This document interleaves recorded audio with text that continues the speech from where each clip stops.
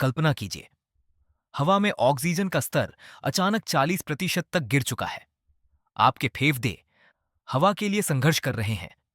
आपके शरीर का खून सिकुड़ दिएच रहा है और बाहर का तापमान इतना बेरहम है कि अगर आप उबलता हुआ गर्म पानी हवा में उछालें तो वो जमीन पर गिरने से पहले ही बर्फ के सफेद क्रिस्टल में बदल जाएगा। विज्ञान इसे मेम्बा इफेक्ट कहता है, लेकिन यहां रहने वालों के लिए ये कोई विज्ञान का प्रयोग नहीं है। ये उनकी रोजमर्रा की जिंदगी है। ये भारत का अपना लद्दाख है, एक ऐसा ठंडा रेगिस्तान जो इतना विशाल है कि इसमें दिल्ली जैसे 40 शहर समा सकते हैं। लेकिन आज हम इस जगह की प्राकृतिक खूबसूरती की बात नहीं करेंगे। आज हम एक ऐसे रहस्य की गहराई में उतरेंगे जो यह तय करता है कि इस खूंखार और जानलेवा ठंड में कोई इंसान अगली सुबह का सूरज देख पाएगा या नहीं। प्रकृति यहां इंसान को बर्दाश्त नहीं करती। वह हर पल उसे मिटा देना चाहती है, और इस खामोश मौत से बचने का सिर्फ एक ही हथियार है, घर। लेकिन कंक्रीट और लोहे वाले शहरी घर नहीं। हम बात कर रहे हैं लद्दाख के उस अचूक और प्राचीन आर्किटेक्चर की जिसे पीढ़ियों ने अपनी जान की बाजी लगाकर सीखा है। एक ऐसी इंजीनियरिंग जो पत्थरों, मिट्टी, गोबर और जानवरों के बालों से बुनी गई है। हमारी कहानी शुरू होती है भारत के सबसे ठंडे गांव से, द्रास। यह सिर्फ एक जगह नहीं है, यह अपने आप में एक खौफनाक हकीकत है। साल था 1995। सर्दी का मौसम अपने चरम पर था। अचानक तापमान गिरने लगा, 0 से 20 डिग्री नीचे, फिर 40, और फिर यह भयानक पैमाना -60 डिग्री सेल्सियस तक लुढ़क गया। यह एक ऐसा तापमान था जहां दीवारों से सटकर खड़ी डी रहे जानवर भी बर्फ बनकर हमेशा के लिए पत्थर हो गए थे। इतनी जानलेवा ठंड के बावजूद आज इस इलाके में 22,000 से ज्यादा लोग जिंदा हैं और मुस्कुरा रहे हैं। आखिर कैसे? जवाब उनके घरों की बनावट में छिपा है। द्रास के लोग आधुनिक बिल्डिंग मटेरियल पर भरोसा नहीं करते। वो मिट्टी के घर बनाते हैं, लेकिन यह आम मिट्टी का ढांचा नहीं है। यह सर्दी के खिलाफ एक मजबूत किला है। जब आप इस घर के मुख्य दरवाजे को खोलकर अंदर जाने की कोशिश करेंगे तो आप सीधे किसी कमरे में नहीं पहुंचेंगे।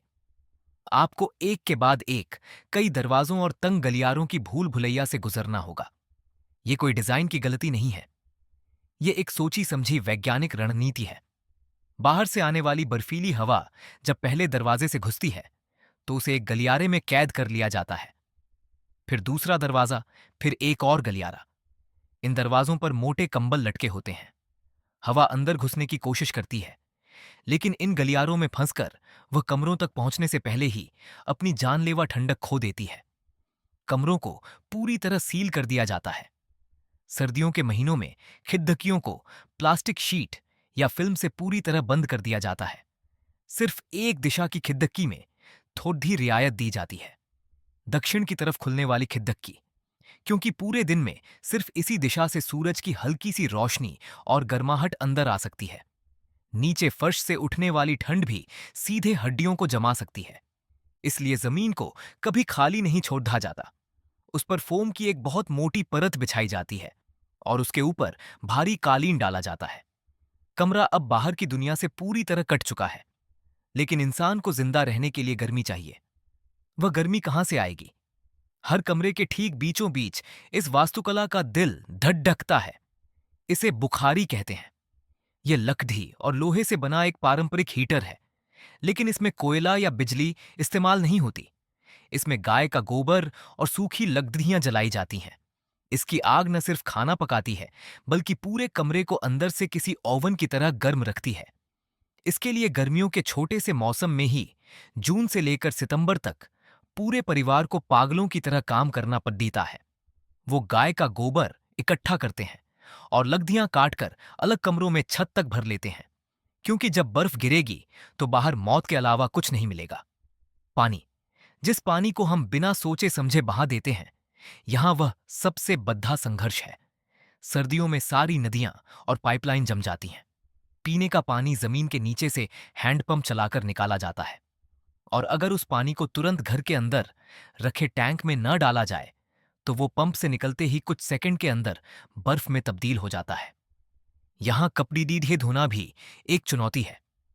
अगर आप गीले कपड़ों को बाहर सूखने के लिए छोड़ी डी दें तो हवा में मौजूद नमी और कड़ी ढाके की ठंड उन्हें कुछ ही पलों में लकदीदही के तख्ते की तरह जमा देती है। पाइपलाइन जमने की वजह से फ्लश वाले आधुनिक टॉयलेट यहां पूरी तरह फेल हो जाते हैं। इसलिए यहां ड्राई टॉयलेट यानी सूखे शौचालयों का डिजाइन इस्तेमाल किया जाता है। बिना पानी वाला यह डिजाइन कचरे को जमा करता है, जिसे बाद में खेतों में जैविक खाद की तरह इस्तेमाल कर लिया जाता है।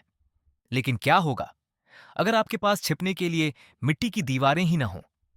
क्या होगा अगर आप 14,000 फीट की ऊंचाई पर हों, जहां एक गहरी सांस लेना भी एक जंग है?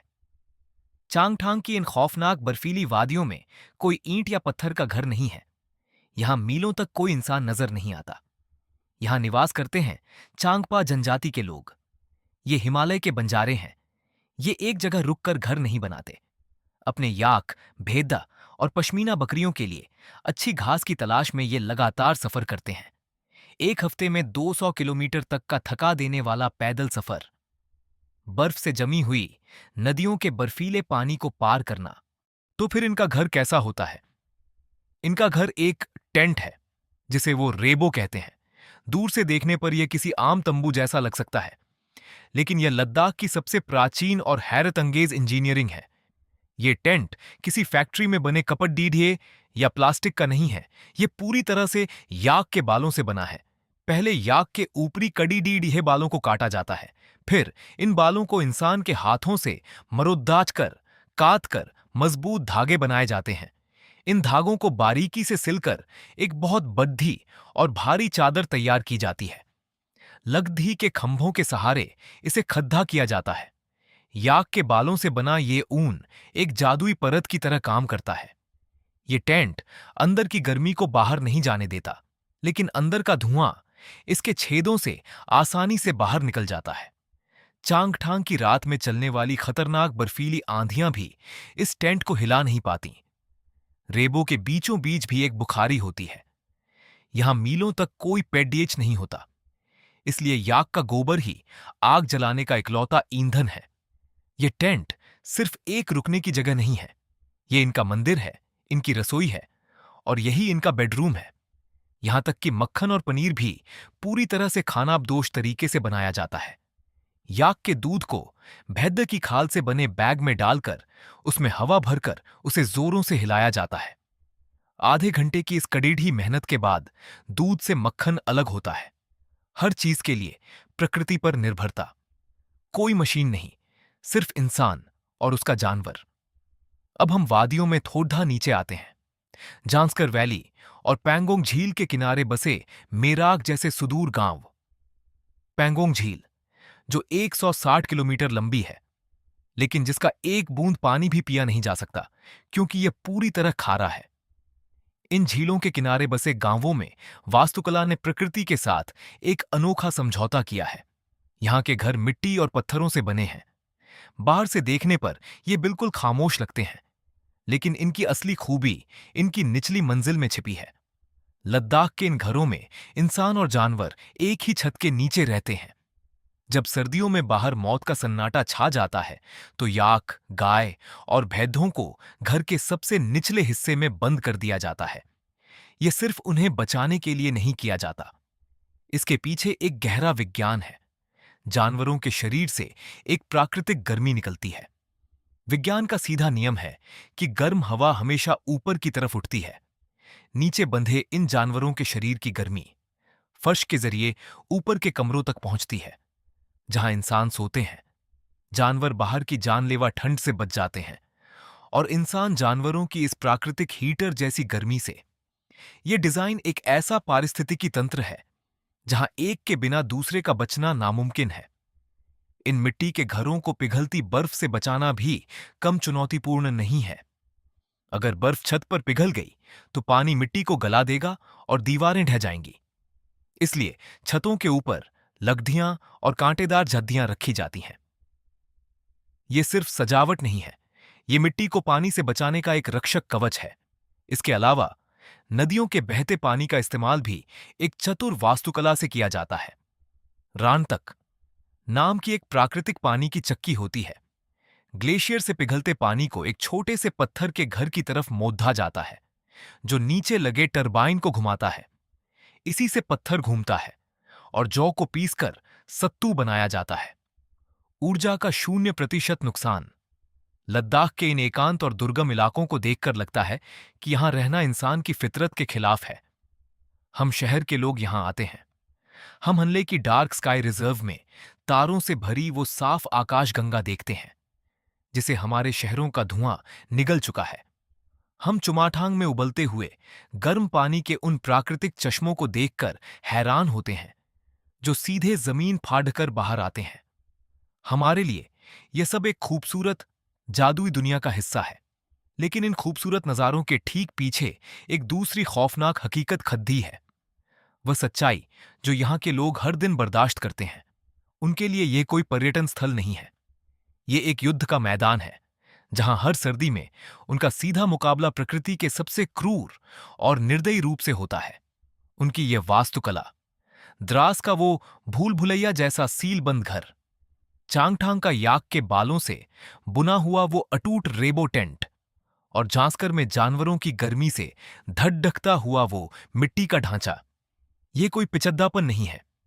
ये इंसान की असीम सहन शक्ति, उसके जिंदा रहने की जिद और प्रकृति के साथ तालमेल बिठाने का दुनिया का सबसे बेहतरीन सबूत है। उन्होंने प्रकृति से लड़ाई नहीं लड़ी, उन्होंने प्रकृति को बारीकी से समझा, उसके गुस्से को परखा और खुद को उसी की मिट्टी, उसी के पानी और उसी के जानवरों के सहारे ढाल लिया। शहरों में हम छोटी छोटी सुविधाओं के छिन जाने पर अक्सर टूट जाते हैं, शिकायत करते हैं, लेकिन इन खामोश बर्फीले पहाड़ों के बीच उस कड़िकदाती जानलेवा ठंड में जब एक चांगपा बंजारा अपने टेंट में बुखारी की आग के पास बैठता है, या जब द्रास में एक परिवार -30 डिग्री की रात में नमकीन गुलाबी चाय का घूंट भरता है, तो उनके चेहरों पर प्रकृति से कोई शिकायत नहीं होती। वहां सिर्फ एक सुकून होता है, एक गहरा खामोश गर्व होता है। लद्दाख के ये घर सिर्फ ईंट, मिट्टी या ऊन के बेजान ढांचे नहीं हैं। ये दीवारें इंसान के उस जज्बे की गवाही दे रही हैं जो खामोशी से चीख कर कहता है, हवाएं चाहे कितनी भी सर्द क्यों ना हो, तूफान चाहे कितना भी खूंखार क्यों ना हो, जिंदगी किसी न किसी तरह अपना रास्ता तलाश ही लेती है।